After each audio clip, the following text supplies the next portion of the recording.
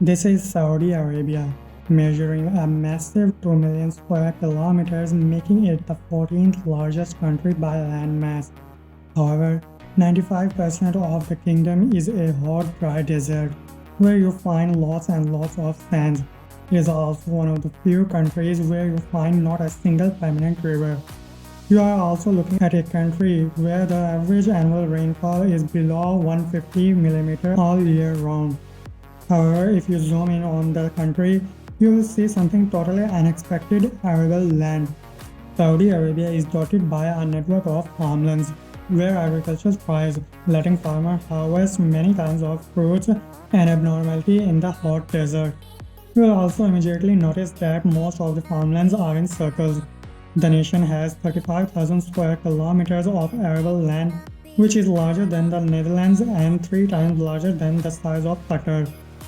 However, in the early 60s, Saudi Arabia only had 400 square kilometers of arable land. But the main question is how a desertified country like Saudi Arabia did multiply its arable land in so short a period. Join us in this video as we dive into the ingenious methods Saudi Arabia has used to turn its desert into a farmland oasis.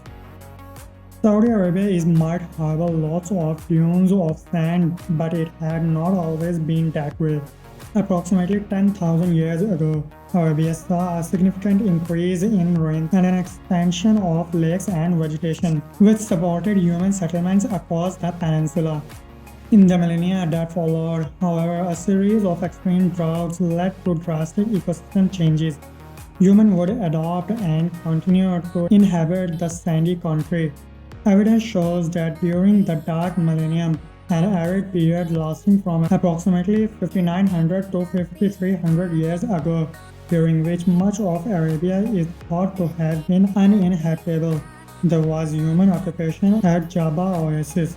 In other areas of northern Arabia, people constructed walls around the oasis, built landscape features to capture water runoff, and began excavating wells. While water is there on the surface, Saudi Arabia sits on reservoirs of water known as aquifers. This is similar to how the kingdom sits above massive amounts of crude oil. However, Saudi Arabia has been pumping out water from underground for years. Most of the water has gone to agriculture, where large-scale irrigation has made planting and harvesting possible. However, there is one problem with pumping the water from below to the ground. Aquifers can run out of water, especially when it supports large-scale irrigation like Saudi Arabia has been doing.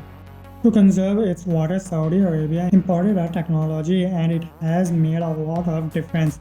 The technology is center pivot irrigation. But what is center pivot irrigation and where did it come from? In 1948, an innovative Nebraska farmer named Frank Zybeck developed a new type of sprinkler system, the center pivot. He patented in 1952. Center pivot irrigation involves using a mechanized irrigation system that can help to irrigate crops by maintaining a circular pattern around a central pivot. This actually explains why the farmlands shown at the beginning of this video are circular. The major part of a lengthy radial pipe that is supported by sprinkling towers. These towers pivot around a center point of the whole mechanism. The radial pipe itself consists of equally spaced nozzles to supply water to the surrounding crops. As the pipe gradually rotates, the water is uniformly released from the nozzles to offer nutrition to the crops. By using the radial pipe system of center pivot irrigation, the water travels along a straight line down the field. All the nozzles of the pipe have the same flow rate and cover the same area. This helps to ensure the uniformity of the water being applied to the crops. Center pivot irrigation system can cover as much as 135 acres in a straight system and nearly 155 acres in a swing arm system, depending on the length of the pipe attached. This makes the system suitable for large-scale agriculture. The design of this system is such that the sprinklers located near the pivot tend to cover a smaller area compared to the nozzles located at the end of the pivot. The main components in a center pivot irrigation system include the pivot point, which the whole mechanism revolves around. It is the area where the water first enters the pivot pipes. It is also the location of many other crucial components, like the control panel. Control panel contains the hardware that allows the farmers to operate the machinery. This is the brain of the setup from which the farmer can start and stop the machine, as well as change the direction and change modes of operation, including running dry and running wet.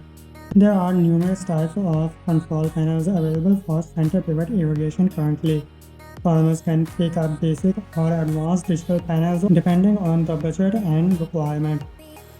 Other components include drive tower or drive unit, which is part of the machinery that touches the ground, and it contains the accompanying hardware that allows for the movement of the system.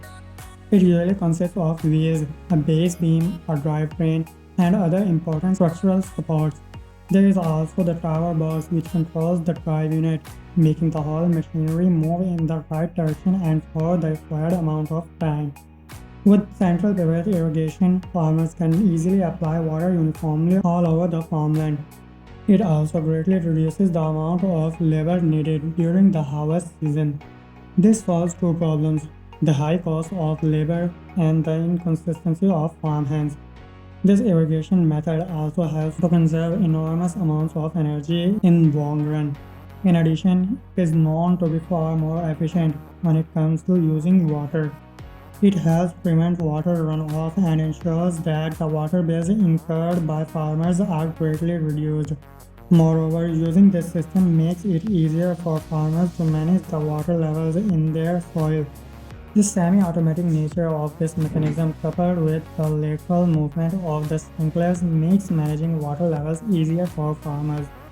It is seen that the efficiency of water applications in center pivot irrigation is nearly 80%, and this is far higher than the traditional methods.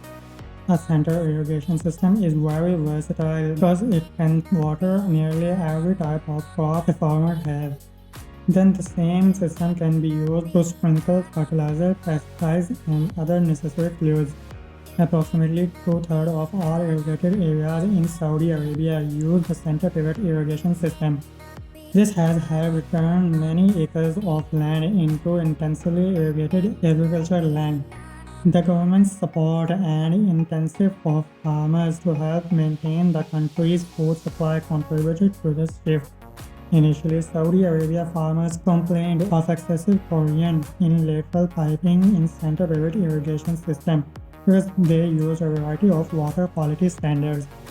To combat the problem, many farms replaced the lateral high-cost steel pipes with polyethylene pipes that do not corrode. Polyethylene laterals, which are equipped with short torque tubes, were directly positioned under the standard steel pipe and above the ground surface at 150 to 200 centimeters. Farmers initiated this redesign with information drawn from their own experience and techniques, without even involving the center pivot dealers and designers that rely on predetermined pressure for each sprinkler. Depending on the water's salinity, this replacement occurs every 3 to 5 years by the center pivot irrigation owners. In 1992, non-renewable groundwater supplies provided about 92% of irrigation water, accounting for more than 85% of overall national water use. As a result, the number of center pivot irrigation systems is rapidly increasing in Saudi Arabia. However, the center pivot irrigation system may be efficient, but it does not actually solve the problem. In the real sense, it only postponed the issues. This rise in irrigated land resulted in a notable strain on Saudi Arab water supply, causing problems with availability.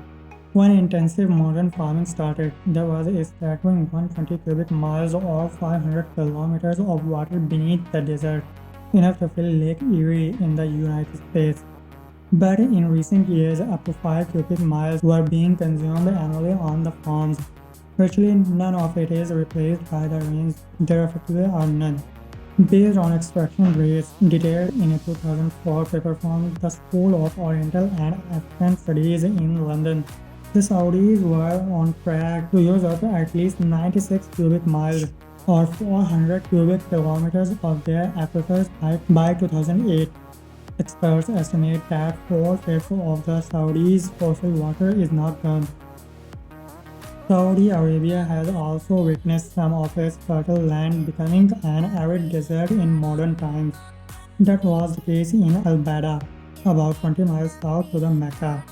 The problem was that the inhabitants, known as Bedouin tribes, were obliged by law to settle in one area, a change that caused overgrazing and gradual disappearance of native pasture. The community also chopped down the trees for sale as charcoal, and soon the once fertile land was nothing but rocky desert. Wells had to be dug further down to reach water, as the scant seasonal rains with nothing to contain the water on the land made flash floods that rolled away off the Red Sea instead of seeping into the soil to replenish reserves. The government then invited Stanford University permaculturist Neil Spackman and Harvard University biologist and futurist Mona Hamdi to try to reverse the change. Spackman lived among the inhabitants of Al-Bada from 2010 to 2018. He built rock terraces and check dams and opening swales in the land which helped in harvesting rainwater. Spackman and Hamdi used the ancient water conversion methods of ancient Incans and Nabateans to contain seasonal floods and train the water to flow as useful streams. In 2012, the project moved on planting drought-resistant trees, and by 2015, Spackman and the Bedouin planted 10 species of trees, 400 in all. Most of the trees died, but enough grew to give reasonable hope for a green landscape, providing foraging for bees and animals, windbreak, seeds from which to extract oil, charcoal, and soil improvement for fixing of nitrogen. The project would run into trouble when funding stopped and was abandoned for some years. However, the rain fell again, the trees sprouted again. Perhaps one day the success at Al-Bada will be replicated throughout the Saudi Arabia and whole country will blossom with plant life. Let's hear what you think of Saudi Arabia creating greenery in the middle of the desert in the comment section below. And also subscribe to this channel so you can always watch such informative content easily.